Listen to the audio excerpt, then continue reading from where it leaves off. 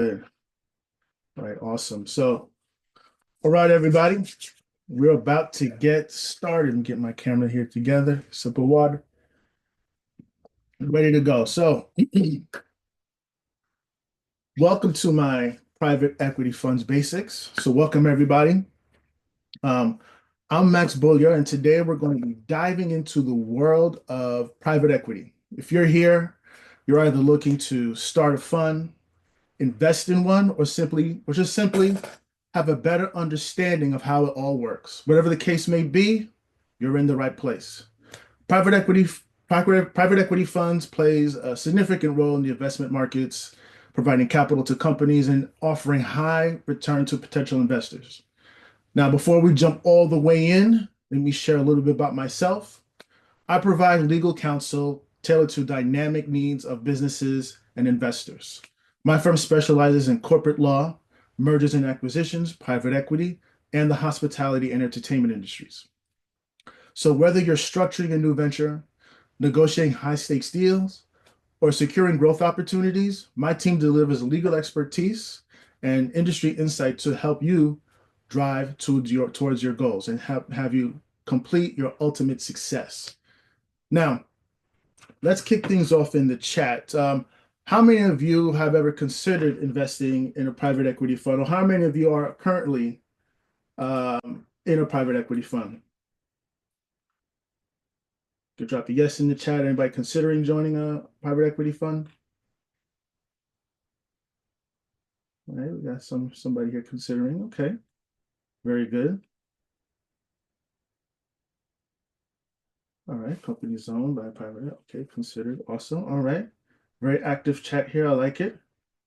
Okay, lets me know that my mic is working. That's very good. All right, awesome. Good, good, good. All right, so that's awesome. So you're in the right place. So, the purpose of this is to really give you the language here. You know, it reminds me, I'm gonna give you a little story. A couple years ago, I went to Italy. I think it was about 2018. I always wanted to visit that country. And my cousins who live in Canada were putting the trip together, and I was so excited. They told me about it. Bought my ticket, ready to go. Make sure my passport was in order. Fantastic. I landed in Italy. I was so excited, grabbed my luggage, and then it just dawned on me, I don't speak a lick of Italian. I was like, and we're not really going to a touristy place. It was more in Tuscany. We rented an Airbnb at a winery, and so it's very country. So there was not much English over there. I was like, how am I going to maneuver over here? And because I don't know the language, and had I known the language, I would have had a more comfortable time. I had a great time, but I would have probably maneuvered better, have a better understanding of what's going on. If anybody wanted to insult me, I was able to pick up the language and pick up what they were saying. And if let's say if someone wanted to talk about private equity in Italian, I was able to pick it up. But without knowing that language, it was a missed opportunity. It would have been a missed opportunity, hypothetically speaking. So here I'm hoping to provide you with the language and the basic understanding. So you you may not be in the position to invest in a private equity fund yourself, but you'll be armed with the knowledge to possibly, hear out a conversation and identify what a private equity opportunity may be and use that opportunity to empower others who can invest, and possibly get a cut, if that could be the case for you. And if you are considering the world of private equity and investing in yourself, you won't be in there unarmed. You'll have a basic understanding of what they're talking about. The words will sound familiar, and you're able to ask not just questions, but the right questions, smart questions, to really gain value and get value from the conversations you're having because you know what questions to ask. It's always one thing to ask somebody a question like, what does this mean? But you're going to ask, well, how does this work? How does this benefit me? Well, what about this? I learned from this great webinar that about XYZ. How does this apply to this situation? So this is what I hope for you guys, and I hope that this is very beneficial to you guys, and I'm sure it will be, and I'm sure some great opportunities will come out from this webinar for yourselves from what you learn here. So let's dive right into it. Let me go ahead and share my screen.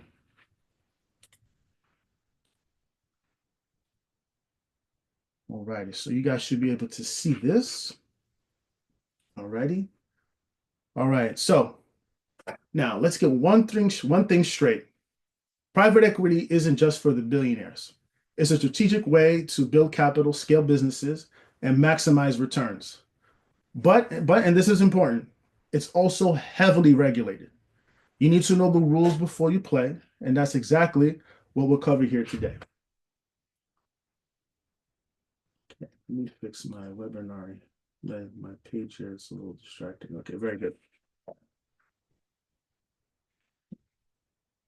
All right, so this is my little bio. I'll explain to you what I was about. It's a nice picture I took a couple years ago. I'm still using it. All right, I gave you a little intro as to what it does here, which I just explained. So we're just going to dive into as to understanding what private equity is. So what is private equity? All right, so private equity is an alternative investment strategy where funds and investors directly invest in private companies or engage in buyouts of public companies, which results in those public companies delisting themselves as a public equity. And unlike traditional investments in stocks or bonds, private equity involves a hand-on management, a hand-on approach, strategic restructuring, and long-term value creation. Now, I like this definition the most, which I'm about to tell you right here. A private equity fund is a passive investment vehicle formed by sponsors or the general partners to raise capital for making multiple investments under specific investment mandate. Now, I know what you're thinking. I know what you're thinking. I know all of you guys are thinking. Max, this sounds like an exclusive club for the rich and famous. And yes, private equity has historically been the playground of the wealthy, but it's also a space where savvy investors of all backgrounds can make significant impacts and also savvy business people. Because if you know the language, you can take advantage of opportunities. Now, what's great about private equity in general, that it drives business innovation, job creation, and industry inspection by injecting capital, restructuring businesses, and improving operational efficiency. The industry is structured to create long-term wealth throughout strategic investments, and yes, occasionally creates a few billionaire executives who make headlines buying super yachts. But hey, what's wrong with that, right? Now, let's talk about the key players. Now, the key players involved. Oh, jumped ahead a little bit. Now, as always, it's always important to know about the key players. All right. Now, I'm a big Game of Thrones fans. Except for that last season. But it's still a pretty good show. It's the greatest show until it wasn't. So sometimes when I watch these shows with a lot of complicated themes and storylines and so many characters, sometimes I don't know the name of a very important character until the third season. And then it's not until I start rewatching it where I'm just like, oh, okay, that makes sense. So it's always important to know who the players are, who the cast members are of a really good show, because you have a better understanding of the roles they play, what kind of expectations that you expect from this person when they talk about what they do. So we're going to break it down for you right here. So let's start off with the head honcho of them all, the general partner or the GP. Now, they're the captain of the ship, okay? They are responsible for the investment decisions. They're sourcing deals and executing growth strategies. Think of them as the captain of the ship, like I just said, except the ship is a billion-dollar company, and instead of life vests, they have a team of high-powered attorneys, like yours truly. Now, I just told you about what they do, but what makes a good general partner? What is an ideal GP? Well, it's somebody who has a history, a good reputation, and a history of growing businesses, running businesses well, and able to steer businesses through difficult times. Because a private equity is a business, and it's like I said, it's high risk, high reward. So they have to be able to know how to troubleshoot, know how to solve problems. A good and ideal GP has connections to high net worth individuals, people with access to a lot of money, and they also have access to a lot of cool projects, a lot of wonderful opportunities that can bring out high returns if once invested into it. And they play a middleman of sorts, and they are able to bring high investors, high net worth individuals to invest in these very cool projects and really manage the fund, manage the projects, manage the money, and make sure that the rich people get richer and those who invest get a higher return and also generate income long afterwards. So, someone who's well connected, someone who's run out of business, and someone who knows how to make good decisions and a good reputation. So, it's very, very important. I just people are coming in there, they're flowing in here. All right. So, that makes it an ideal general partner. Right. Now, let's talk about the limited partners, the other half of a private equity firm. Right. Limited partners are institutional and individual investors who provide capital but have limited involvement in operations. They're like the cool aunt and uncle who invest in your startup but never ask any questions about it or ask where the money is going. Well, the smart investors do, but still, they have a passive role. Now, they're called limited partners for a reason because their liability is limited to the amount of capital they invest in the private equity fund. Unlike general partners who actively manage the fund, they assume full liability. Now, there's ways for the general partner to avoid their personal assets from, being seized in the event there's a lawsuit or anything like that. But we'll talk about that a little later. But generally, the general partner assumes the full liability, and the limited partners their liability is limited. Now, limited partners are passive investors. Okay. Like I said, they do not participate in the daily operations or decision making of things. Their risk is restricted to the investment, meaning they cannot lose more than what they contribute, and they're not personally liable for the fund's debts and obligations. All right. Now, the investment managers. Okay. These are the nerds. Okay. Now, nerd sounds like a derogatory term, and it was back in the day, but nerds are cool now. They're making comic book movies, they're creating social media platforms and stuff like that. They're the billionaires now. But so nerds are good. Nerds are awesome, nerds are necessary. So listen, when you have a private equity firm, it's good to have a good nerd. I mean, it's good to have a good investment manager, managing things. They're the professionals handling the portfolio management. They do the due diligence and the financial analysis to ensure fund profitability.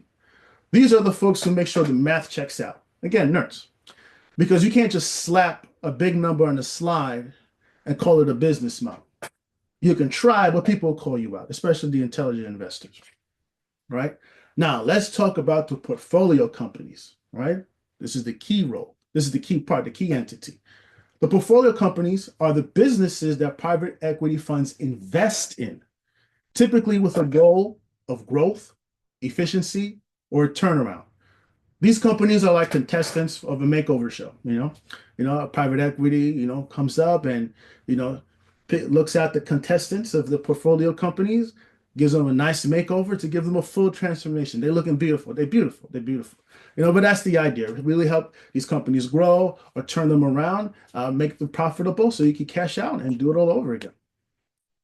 All right, now let's go to the next slide.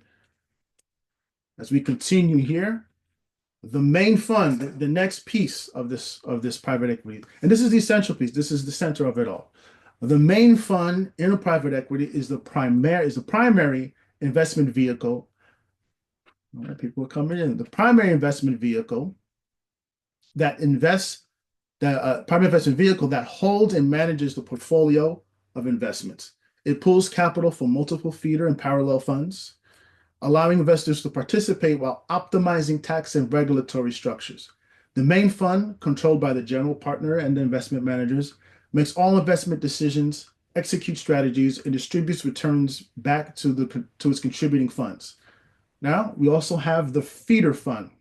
The feeder fund is an investment vehicle that collects capital from multiple investors and channels it into the master fund or the main fund. Feeder funds are commonly used in the master feeder structures, which are designated to optimize tax efficiency, regulatory compliance, and investor access. And finally, the parallel fund. A parallel fund is an investment fund that invests alongside the main private equity fund, but is structured separately for legal, tax, and regulatory purposes. For example, if you are a non-US tax investor, someone for overseas, you will most likely be in the parallel fund. It'll be a different investor investing in a parallel fund separate from the other investors, mainly for tax reasons. Instead of pooling, back to the parallel fund specifically, instead of pooling investors' capital into a shared vehicle, as in a feeder fund, parallel funds operate independently while making identical investments as the main fund. Now, let's talk about how they work all together. Now, this is how they work all together. A main fund is a private equity, in the private equity. A main fund in the private equity field is a private investment vehicle that holds and manages all portfolio investments. It receives capital from multiple feeder funds, which are structured to accommodate different types of investors, such as U.S. taxable investors, offshore investors, and tax-exempt entities. These feeder funds pool money from their respective investors and contribute it to the main fund, allowing for efficient fund management and tax optimization. In parallel, the parallel funds invest directly alongside the main fund, but operate as a separate entity to comply with specific legal and regulatory requirements. Despite being separate, parallel funds follow the same investment strategy as the main fund, ensuring alignment in deal execution. This structure enables private equity firms to attract a diverse range of investors while maintaining centralized investment control and operational efficiency. Now, before I move forward, you're going to hear a lot of language regarding tax issues. Now, I'm familiar with some of the tax issues, but only enough to be dangerous, but not eloquently enough to really describe to you what they are, how they execute. So I will be bringing on a tax advisor, and in one of my webinars to probably around next month to really break down some of the tax issues regarding the private equity. So look out for that. So I will be mostly leaning on or really explaining what's in my wheelhouse, the legal side of things in terms of liability, structure, and stuff like that, and really explaining from that perspective and answer your questions if you have from that perspective. Regarding tax issues, I would really uh, I really put a pin on that for my CPA or tax advisor host who's planning on coming in to explain all this wonderful tax side. So, of course, they couldn't join me today because it's tax season, but they'll be coming on soon. So look out for that. So now let's talk about who can invest. Right? Awesome. Now, not anyone, not just anyone can invest in private equity due to regulatory restrictions designed to protect the less sophisticated investors from potential risk. It's very important. The SEC is basically like an overprotective parent who won't let you ride the bike without your training wheels unless you prove it you won't crash into a mailbox. And that's very important because, listen, let's say I come to you and I was like, hey, buddy, let's as I see Chris here, so Chris here, I was like, hey, Chris, I got this fantastic opportunity. I got this fantastic opportunity for you to get probably invest in a basketball arena in Harlem. Harlem is always on the come up. It's diversifying what kind of neighborhood it's in. There's a lot of money pouring into Harlem. And because it's such a dense part of New York City, it has enough support to fill in the arenas for any kind of events. And so, yeah, you should give me your money so we could, invest in this thing together, right? Let's do that. But I'm telling Chris this deal, but as great as it may be, it may sound too good to be true. And sometimes might be a blatant lie, or if it is true, you could be at risk because you may not have enough money to invest something like this. And if things falls apart, you might go to ruin because you invested all your life savings into it. It's very dangerous for investors to jump in certain deals like this. So the SEC, like I said, is like an overprotective parent. So they want to make sure that you're ready and able to take on these risks because when you join in private equity, you're in it for the long haul because it's highly illiquid and it's not a quick scheme to get cash. So this is something you really want to be very careful in terms of investing and make sure that you're able to. Well, it's not you're going to make sure, the SEC will make sure. All right. So, and you're going to have to be qualified as a certain kind of investor. So we're going to break them down here. Now, the investor qualification. One is being an accredited investor, and another one is being a qualified investor or qualified purchaser. So the first one here An accredited investor, as defined by the SEC under Regulation D, is an individual or entity that meets specific financial criteria to invest in private security offerings. This includes individuals with a net worth of at least $1 million, excluding their primary residence, or an annual income of $200,000 for the past 2 years individually, or if you're married, it's $300,000 for the couple for the past 2 years, as well as certain entities with $5 million in assets, or if they don't have that, each member of that entity is an accredited investor according to the definition I just explained. Now, here comes the qualified purchaser. Now, these guys, or the qualified purchaser, is an individual or entity with at least $5 million in investments, or an institution with $25 million in investments, allowing them to invest in exclusive private equity and hedge funds under Section 37C of the Investment Company Act.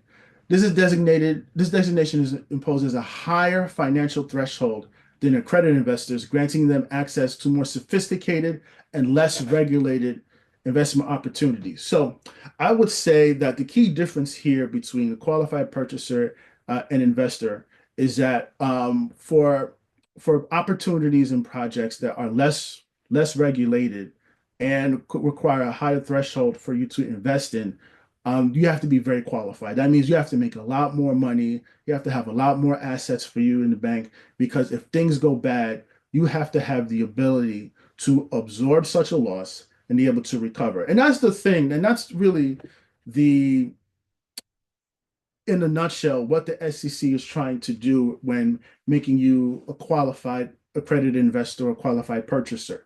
You have to have enough money to absorb losses. And what they mean by that too is that if you obtain such amount of wealth, you're able to absorb the loss, number one, and number two, you're able to rebuild yourself in the event you absorb the loss, because having $1 million in assets means that you're business savvy. You know about money, you know about how money works, you understand the risk. So in the event there's a loss, you're able to rebuild yourself. Now there are others out there, many people out there, and there's nothing wrong with that. They have a regular 9 to 5, they don't make $200,000, and they would like to invest, but they don't want you investing your life savings, and it ruins you investing in certain projects. So because it is a risk, and like most businesses, so you want to be careful. And you have to comply with these qualifications in order to invest. All right, now, all right, let's move on here to the next slide here. And as explained, why credit and qualified investors. I'm going to be repeating a little bit, but really in specific detail. Ensuring investors are accredited and qualified is essential for regulatory compliance, risk mitigation, and access to private investments. Private equity funds rely on the SEC exemptions Regulation D, Section 3C1, and Section 3C7 to avoid public registration, making compliance crucial. And that's the thing for these private equity deals. They don't want the extra paperwork. They don't want the extra legal fees in terms of filing a lot of paperwork to the SEC, because it could make things quite expensive. Though they want to do this privately, make sure everybody's qualified, because just in case there's a random audit done on you, it's going to be heavy fines imposed. So you really want to be careful. Now, these investor requirements also serve as protections, ensuring participants understand and can bear the risk of private and illiquid investments. Fund managers must carefully structure their investor base, choosing between accredited investors and qualified purchasers. Aligning with the right investor classification helps private equity firms meet fundraising goals while maintaining legal and strategic flexibility. All righty. Now, let's talk about the types of equity funds that are out there. All right. Now, private equity isn't a one-size-fits-all approach. Different funds serve different investment goals. Some are focused on high-growth startups, while others specialize in buying out established companies and making them more efficient. Think of it as a buffet of investment strategies. Some dishes are riskier than others, but they all have their appeal. Now, let's talk about the venture capital fund. This is something that's most common, the VCs and the like. So people generally have a good idea about this. So when you think of VCs, it is in the realm of private equity. Now, private equity funds focus on startups and emerging companies with high growth potential. These investments are high risk, but offer massive returns if successful. It's like betting on a rookie athlete. They could be the next big thing, or they might trip over their own shoelaces, like Bronny James. Oh, too much? My bad. I didn't mean to go Stephen A. Smith on you. That's all right. So the next thing, let's go and talk about the growth equity funds. Now, they target established companies looking to scale operations. This one is very popular as well. Yeah, they target established companies looking to scale operations, expand markets, and develop new products. Think of it as adding jet fuel to a business that's already taking off. Just make sure that I got the question here. Yeah. So, yep. So yeah, think of it as adding jet fuel to a business that's already taking off. Now, the buyout funds, they engage in acquiring majority stakes in companies, often using leverage to enhance returns. This is where you hear about big corporate takeovers that make the headlines, right? So you hear about those. Distressed and special situation funds. Now, they invest in underperforming companies aiming to turn around strategies. It's like flipping a house, but instead of fixing leaky pipes, you're fixing bad financials, right? And sector-specific funds. They specialize in industries like healthcare, real estate, or technology, and leveraging domain expertise. So you may have an interest or a favorite industry that you're really in love with, inside and out. You may hear about a distressed series of hospitality chains or it's not restaurants, excuse me, hotel chains. So you may have a group of private equity investors and a private equity firm that knows how to turn this whole franchise around. That's the kind of sector specific funds that we're talking about here. You turn this around. He's like, how to work it. You know the kind of people you need to bring in there, and then you showcase this to your investors. Listen, I know this business. I have the right management team. I have a history of turning franchises around. This is still a popular brand. They're just struggling right now. We know how to turn it around. So let's invest into this hotel, turn this thing around, and let's make a lot of money. So, we have sports, we have entertainment, all sector specific funds out there that could be really enticing for investors, especially if you know the industry well. And let's be honest, everybody loves a good comeback story. Some of the biggest companies today were once distressed assets and got a second shot thanks to private equity. Righty. Now, let's talk about the private equity funds and how they're structured. Now, private equity funds aren't just big bags of money waiting to be spent.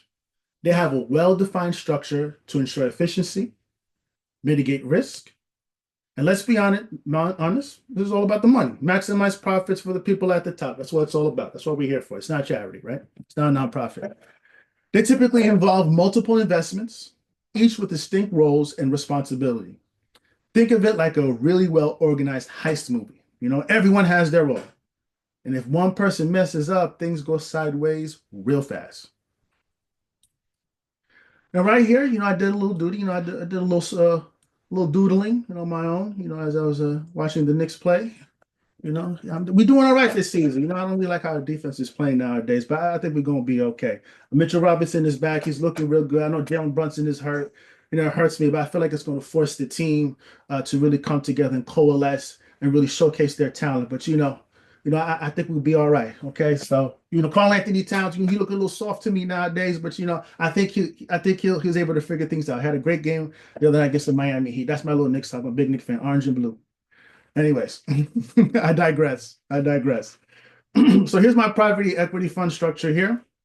Really gives gives you a picture of what I've been talking about here. So let's break it down a little bit. I wish I had a pointer here. I don't know if you guys can see my pointer, but if you can't, so the top here, financial sponsors. Okay. So these are the people that kind of pull the private equity fund together and manage it, pardon me. You have the general partner, like I said, who's the head honcho who makes the big investment decisions. You have the investment company here who does the day-to-day management. They do the small scale stuff. The general partners is large scale stuff. Sometimes the investment company will invest some of their money into the main equity fund. You know, like companies like private equity firms like BlackRock, they do that. Um, so here you see something called the carried interest here. That's something after a certain phase of the private equity, that's the payout that the general partner will get. There's management fees that an investment company gets throughout the management of the fund. Let's go on the right side. You see the limited partners or the investors. You see two boxes. See the left red box, that's generally, I would designate that as the US investors, those who are under certain tax regulations here. They can invest through the feeder fund or invest directly to the main private equity fund. Then you have the limited partners. They're offshore investors, non-US investors. They have a separate tax system that they have to abide to. They don't want to get mixed up with the other limited partners. So they have their own class of being limited partners and investors, and they invest in a parallel fund which is which runs similarly as the main fund and executed the same way. And you see on the bottom here a series of portfolio companies. Now, all the way at the bottom, you see GP's commitment. That's actually lined up all the way to the general partner. The general partner's commitment is them putting money into private equity as well. It shows the limited partners that they also have skin in the game. Like, I'm just not talking it, I'm walking it here. If you're going to invest, I'm going to invest. Generally, they invest about 1% of the amount of the fund they're trying to raise. So, oh, you can't see this fund. Oh, thank you, man. I appreciate that. So, portfolio company. Okay, great. I'll keep that in mind next time. So yeah, it shows that they have skin in the game. So I'm going to explain a little bit about the GP's commitment is later. So I'm going to be sharing this PowerPoint. This is a very cool thing. You know, this is how I learned myself. We were all new at one point. And you know how I learned about this was having a structure like this to really give me a picture of what it all looks like. So I hope this is helpful to you as it is to me. And this is something I created myself, so no copyright infringement, right? So let's jump into the legal documents. And this is my domain. All right, now the basic legal documents. Now, I got two documents here, and this is by no means an exhausted list of legal documentation involved in the private equity. All right.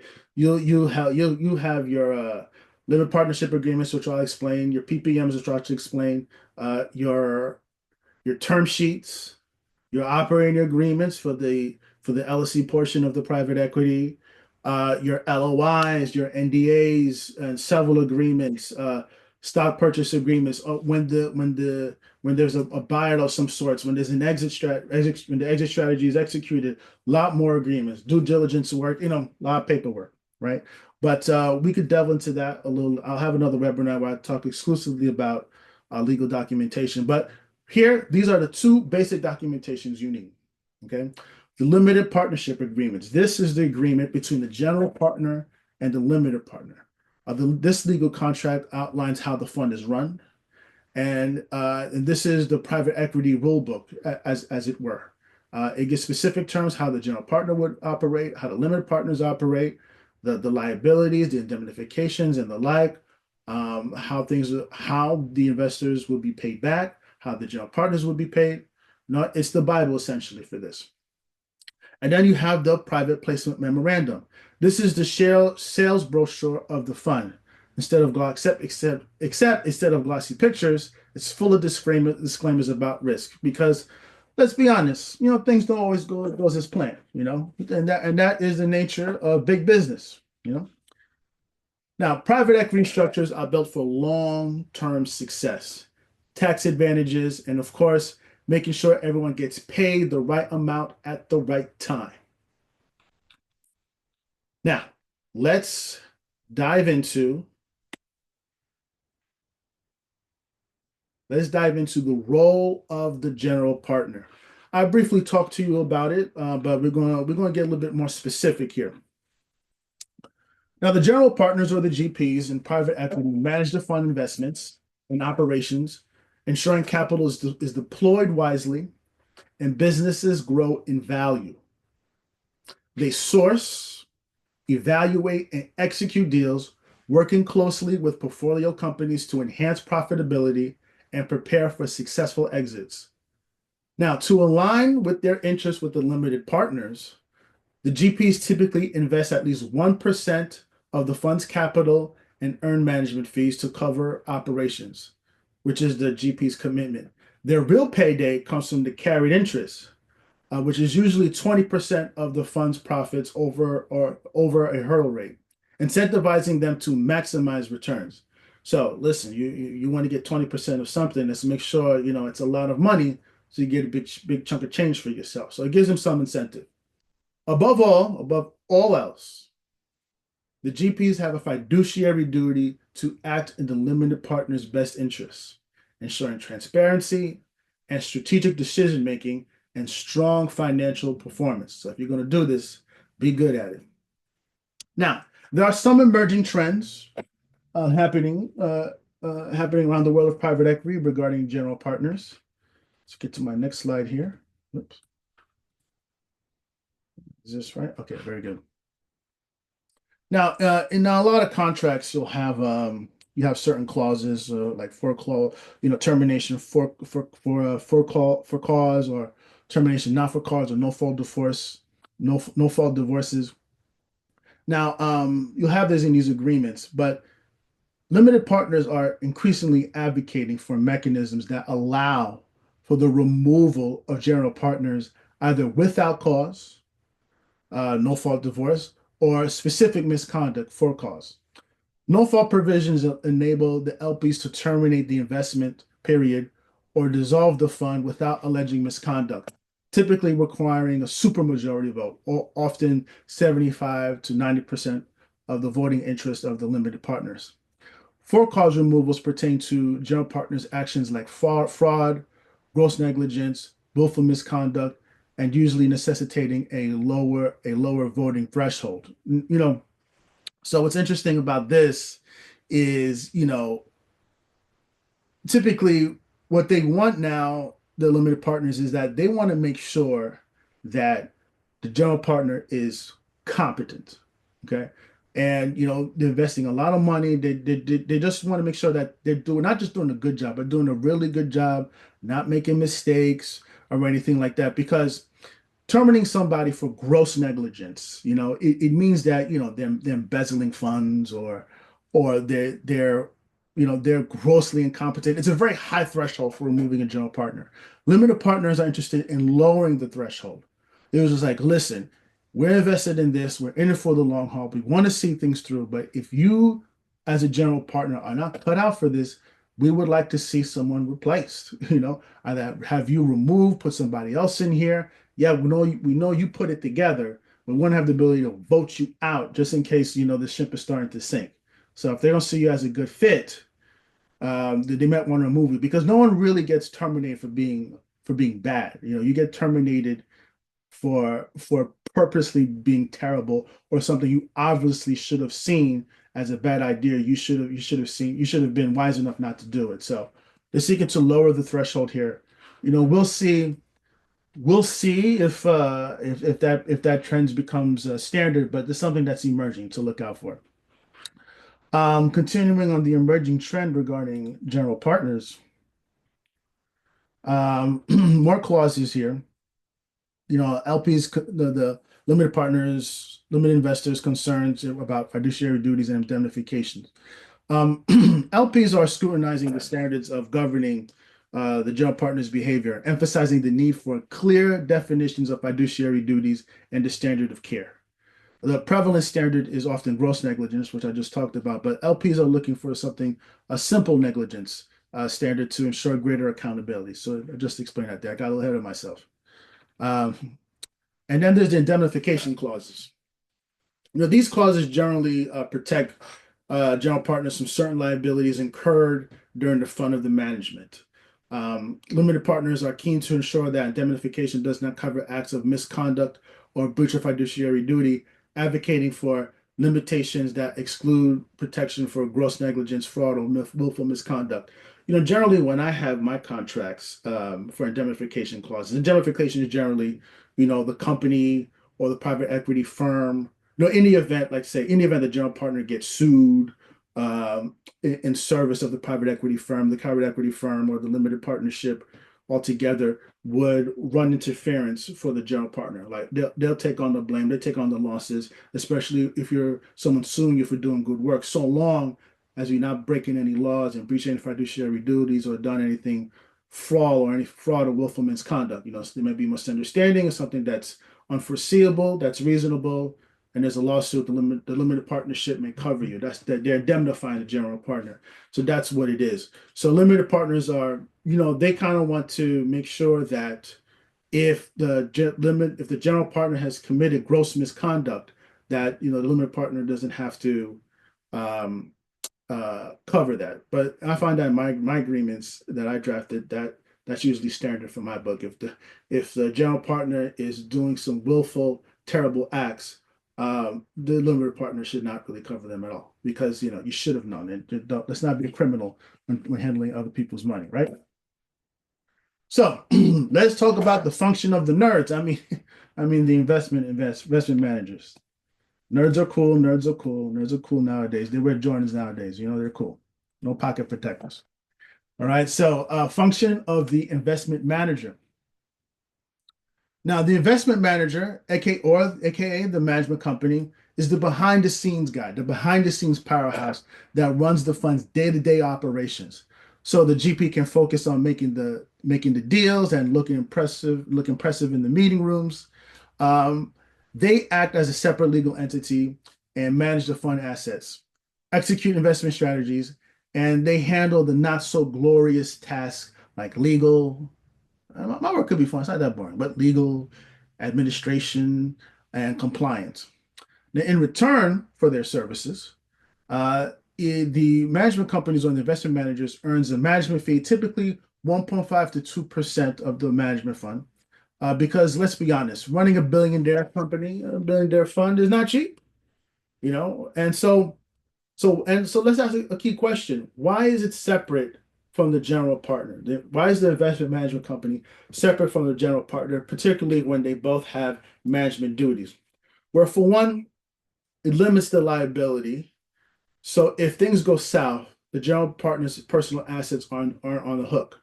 The investment company are its own entity. They do their own thing, and whatever they're responsible for, the general partner shouldn't be on the hook for, right? That's the idea. Also, it keeps regulators happy. Also, it keeps regulators happy, ensuring everything is structured correctly and that they're above board. Everything is above board, structured correctly. And most importantly, it allows the general partner to delegate the heavy lifting while still calling the shots on the fund's big money moves. It's a partnership in essence. When you're trying to source money, when you're trying to work on big picture deals, when you're trying to also manage the portfolio companies and manage the relationship and quell the fears of the limited partners, it takes practice. It takes it takes it takes a focus of looking down on the road 100 miles down. You got to think big, grand scale of things, and it's hard to look at things 30,000 feet in the air and be on the ground at the same time and seeing what's going on. So that's why it's a great partnership. They handle the investment management company handles the day-to-day operations, the granular work, while the while the general partner, the GP, is big picture stuff, managing relationships, sourcing money, and make sure that everybody's got money in their pocket in order to make this machine run well, and that the limited investors have confidence. And also, the general partners speaking confidence into the limited partners, telling them that everything is great, everything is running smoothly. This is what the deal looks like, and that's very important to have distinguished roles. Everybody's helping each other out in that kind of structure. Now, let's talk about funding the structure and the investment vehicles. Right. So, private equity funds love limited partnerships and LLCs because they're like tax efficient, liability proof fortresses. Profits flow directly to investors, pass through taxation with no nasty double taxations like C corps. Limited partners, the investors, also get a sweet deal of limited liability, meaning they can invest millions without worry about losing their homes. The governance is flexible, allowing general partner to set custom rules on fees, profit sharing, and decision making through the partnership agreements. When it comes to structuring investments, parallel funds are like the twin sibling of the main fund, set up to accommodate different investors types, think US versus non-US money. Meanwhile, there's something called the alternative investment vehicles, the AIVs, are more like short-term flings created for specific deals or asset classes without sticking around for the fund's full lifespan. I'm sure I'm on the right track here. I think we're making some good time. All right, now let's talk about the life cycle of the private equity fund. Now, private equity isn't a quick get rich quick scheme. No, it's not. Unless you're a general partner, in which case, congratulations. I joke, I joke. It follows a structured timeline that spans 10 to 12 years. And if you're in it for the long haul, right? So it's not a lottery ticket here. So let's break down the funds. Let's break down the life cycle here. All right. Now the formation phase, talking about the formation of the funds and the legal structure. The fund is legally set up and structured from year zero to one. The general partners pitches to investors for millions, like a high stakes lemonade stand, right? The second phase, fundraising phase, year one to year two. The limited partners commit their capital. You know, it's like an auction, but with wiring transfers instead of paddles. The investment period. Okay, this is when they actually take the money. The funds are deployed. The funds deploys the capital to acquiring the companies or the portfolio companies. Think Shark Tank, but without spreadsheets and so think Shark Tank, but with spreadsheets instead of celebrity judges. Now the investment period. Well, I just explained that. Now the management and value creation, years 3 to 10. This is when the portfolio companies are optimized for growth and efficiency. This is where changes are made. Executives are fired. These new executives are hired. Things have changed. Furniture is moving. Okay, they turn this thing upside down to making sure that this is a viable project and that this is a viable a private equity investment. So this is when a lot of changes are made to make sure that this is going in the direction that the private equity aims it to be, and for the purpose of maximizing profits. And then this is the exit strategy. This is the cash out phase. The fund cashes out through several different types of exit strategies. There's the IPOs, where the company can go public. There's the mergers and acquisitions, where another company may buy, where the company may see all the work that you did with a particular portfolio company or a series of them and buy it out because they see that you've done a good job. You raised it right, and then you marry it off. Or secondary sales, where you pass it off to another private equity company who wants to take it to another level, and you've done all you can at this level. This is where the limited partners hopefully get their money back plus a big return. All right, let's go to the next phase here, and this is the fundraising process. Now, before private equity firms can start throwing around millions, they need a game plan, which means deciding what to invest in, how big the fund should be, and who's willing to write the checks. Then comes the fun part. Legal paperwork galore. That's why I come in. That's why I earn my money. The PPMs, the LPAs, the term sheets, the NDAs, the operating agreements, the LOIs, all that good stuff, all the stuff that needs to be papered because documentation beats conversation all the time, specifically when you're talking about big money. If I'm giving you $1 million, brother, I need that stuff documented. What are your rights and responsibilities? And especially when thing hits the fan, what are my rights? So this is the fine print that keeps the lawyers like myself employed. You need a strong management team that tracks and a track record of making money. Okay, and a track record of making money doesn't hurt either because investors like to see proof that you can turn dollars into more dollars. And then once the fund hits the market, the general partners start pitching to more institutional investors family offices, and rich people who don't mind wiring seven-figure sums. The first closing secures early investors, letting the fund to start investing while still raising more capital. Because why wait for the why should you wait to make money? And then additional few rounds of additional closings. And then the final closing locks the doors. There's like one more call, last call for alcohol. So there's a final closing that locks the door. There's no new commitments, so just full speed investing. Um, so generally, it kind of mirrors what I'm talking about here in terms of the investment phase. So, you know, when the legal paperwork is all sorted out and settled, the general partner, they start, hey, LPs, come on in, let's sign these deals, let's sign this agreement, start investing in the capital. There's going to be a first call, there's going to be a first call, second call, one series of fundraising, another series of fundraising, another series of fundraising, and then there's a final series, there's a final call. And then there's a final call, and everything is all locked up. Now, during the various stages of fundraising, there's a continuous movement to invest, but then there's a final call where the private equity firm and the private equity entity altogether focuses on full-fledged investing and management of the portfolio companies to maximize these profits. Now, let's go to the next slide here. Get that in here. All right, the investment period. Making sure there's no questions here in the chat, making sure everything's in order. All right, very good. Yeah, private equity firm. That's my place for a second. All righty, private equity firms, for the investment period, private equity firms scout out for promising companies, digging deep into due diligence to make sure that they're not buying a financial disaster in disguise. When it's time to invest, limited partners get the calls to wire the funds because nothing says commitment like a surprise capital call, right?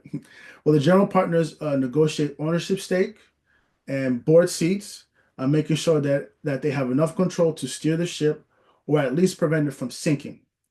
Once in, they roll up their sleeves to boost profits, whether that means expanding operations, cutting costs, or just giving the CEO a much needed wake up call. Okay, Jose, no problem. I'll share it with you. All right, see you tomorrow. Yep. All right, divestment and liquidation. Now, when it's time to cash out, private equity firms have a few tricks up their sleeves. Like I said, going public, like IPO, selling to a bigger fish, marrying it off to someone else, or handing off the baton to another investor, secondary sale. Sometimes they go for recapitalization, which is basically cashing out a little. Oh, let me see. I'll jump ahead. Let me make sure I'm on my right slide. Which is like cashing out a little bit while still keeping your foot in the door. So you give up some interest for other people to come in, but so there's more money coming in, but you're not giving up all your interest. It gets diluted some, but you're still in the game. Now, once the money start rolling, limited partners get their share, and general partners take their well-earned cut, aka the carried interest for all their hard work. They work hard. They work hard. Finally, the fund wraps up. The last assets are liquidated, and everyone moves on. Oh, sure, no problem. I got you. And everyone moves on until the next time to raise the funds and do it all over again. All righty, now let's talk about the economic terms of the private equity. Now, in private equity, money flows in, but how it flows out matters just as much. Now we're going to break down the GP's capital commitments, profit distributions, your American and European waterfalls, and the fine print on the fees and expenses, because understanding who gets paid, when, and how can make all the difference in maximizing returns. Now, the general partner's commitment and the distribution waterfall. Now, the GPs don't just manage the fund, they put their money into it too, typically at least 1% of the total assets, to show that they believe in their own strategy. And so limited partners or investors don't think they're just gambling with other people's money. Right? That's important.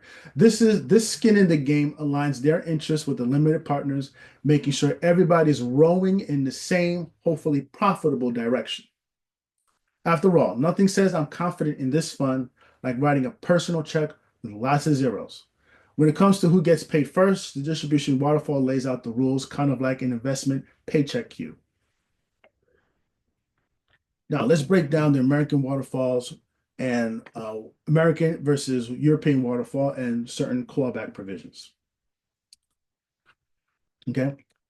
Now, in the American waterfall structure, the general partner gets cash in early, collecting carried interest on a deal by deal basis, which is great for them, but riskier for the limited partners in later if the deal flops. The European waterfall is stricter, making general partners wait until the full fund level returns, until the limited partners get their full fund level returns before the general partners see a dime, ensuring the limited partners don't overpay for early wins. To keep things fair, in regards to these waterfalls, there clawback provisions exist because nobody likes it when the general partners gets rich too soon while the LPs are left holding the bag. If early profits means the general partner pockets too much money through their carried interest, but later the investment tanks, the general rule is that the general partner should give some of the money back, kind of like a refund, but with less enthusiasm. So no one likes to give money back. But so if you're a general partner, save your money, save your money. This is a long-term thing. So don't cash out, don't spend the money quickly because you may have to give it back in the event things fail, or give some of the money back. Now let's talk about some emerging trends regarding the waterfalls. This big have to jump up. All right, Laura, no problem. We're nearly done here. So, in the world of private equity payouts, there's been a growing shift to European waterfall model. And let's just say it's not exactly the GP's favorite trend. Unlike the American waterfall, where GPs can collect carried interest on a deal by deal basis, even if um, even if the even if later deals underperform, the European or whole fund model makes them wait until the LPs have fully recovered the entire committed capital across the fund before the general partner takes their cut. So, the little partners get 100% of the profits before the general partner takes their cut. That's the trend. That's the European waterfall model, and that's the trend that seems to be emerging. So think of it like a dinner party. In the American model, the host or the general partner gets to eat dessert after each course, while in the European model, the general partner can't touch the cake until everyone at the table is full. This structure reduces the risk of overpaying the general partner early on, making sure they don't feast on early wins while the limited partners are left with crumbs from later losses. Now, while the general partners might grumble about delayed gratification, the investors see this as a more fairer, more investor-friendly model after all. And after all, who doesn't like a little accountability before their payday? All right. Fund expenses and management fees. Now, running a private equity fund isn't cheap. Before making any money, there are organizational expenses to cover, like legal fees, administration costs, and regulatory filings.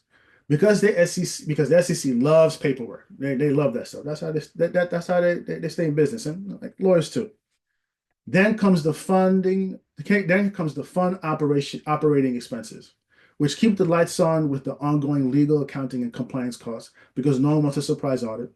On top of that, GPs charge a management fee, usually 2%, ensuring that they get paid whether deals are booming or busting. During the investment period, this 2% fee runs in full force, but as the funds mature and moves into the exit phase, it typically tapers down because by then the portfolio should hopefully be making real money. Now let's talk about some emerging trends regarding fees and stuff like that. Private equity fund sponsor responses to the SEC and LP scrutiny over expense allocation practices. Now, the SEC isn't messing around when it comes to expense allocation. If fund managers try to sneak in questionable fees, they might find themselves in some hot water or enforcement actions. To stay on the right side of the regulators, fund sponsors are getting more transparent, giving investors or LPs a clearer breakdown of where every dollar is going because no one likes a mysterious charge. They're also tightening up on internal policies, ensuring expenses are allocated fairly, so no one gets stuck paying for the general partner's five-star business lunches. And to really keep things clean, many firms are bringing in third-party auditors because nothing says we're playing by the rules like an independent accountant double checking the books. So, so we are wrapping up here. Okay, well, yeah, we are wrapping up here. So, private equity fund summary and conclusion. So, key takeaways from this webinar. This thing will work with me. So, private equity. So, in conclusion, private equity offers high returns but requires sophisticated investment knowledge. Investor qualification ensures regulatory compliance and risk management. Fund structuring optimizes tax, liability, and governance. Understanding the life cycle helps in strategic planning. Successful funds successful funds align the GP and LP interests through structured incentives, and effective exit strategies maximize returns for investors. So, so I know that was a lot, right? That was a lot. But by now you should have a strong foundation in private equity, what it is, how it works, and why it matters. So we've reached a conclusion here. So if you guys have any questions, please feel free. If it's anything in regards to tax, I won't be answering those questions because I'm not a tax advisor. I know enough to be dangerous, but I want to speak eloquently about what I know. But if you have any legal questions or more business questions, I can answer those for you. Or just general questions about the webinar, anything that seemed unclear, I'll be happy to explain to you. So feel free to drop it in the chat or unmute yourself.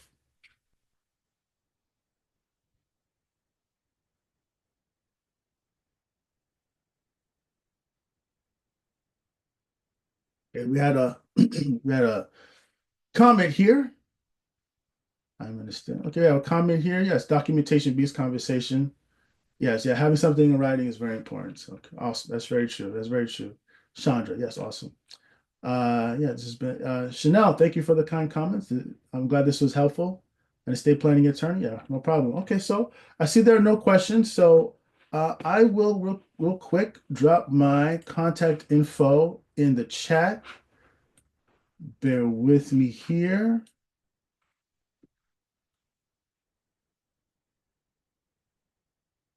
And so if you have any questions, please feel free to contact me if we just want to grab some lunch. I like reaching out to people. I love networking. Networking is so important because the best opportunities are not found online. They're found through conversation. So everyone in the meeting, here's my information. All right, so if you have, so feel, take a picture of it real quick.